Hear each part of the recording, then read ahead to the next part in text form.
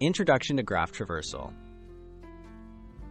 Graphs are a way to represent connections between objects, like cities on a map or friends on social media. Two popular algorithms for exploring graphs are breadth-first search and depth-first search, DFS. Understanding how they work can help solve many problems, such as finding the shortest path or checking if two nodes are connected. How breadth-first search, BFS, works. BFS starts at a chosen node and explores all neighboring nodes before moving on to the next level. It uses a queue to keep track of nodes to visit, ensuring it explores the graph layer by layer. BFS is especially useful for finding the shortest path between nodes and discovering all nodes within a certain number of steps. How depth-first search, DFS, works. DFS explores as far as possible along each branch before backtracking. It uses a stack, often through recursion, to remember its path.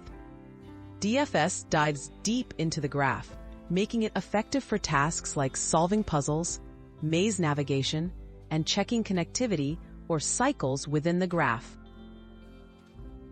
Key differences between BFS and DFS. A main difference lies in order of exploration. BFS spreads out widely before going deeper, while DFS goes deep before backing up. Because of this, BFS is preferred for finding the shortest path in unweighted graphs, whereas DFS is often chosen when searching for a path that satisfies certain constraints, or when exploring the structure deeply.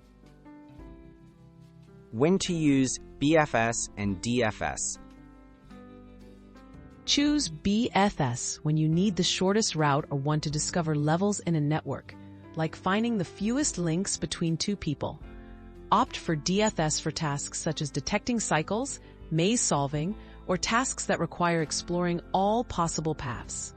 Knowing when to use each can make your algorithm both faster and more efficient.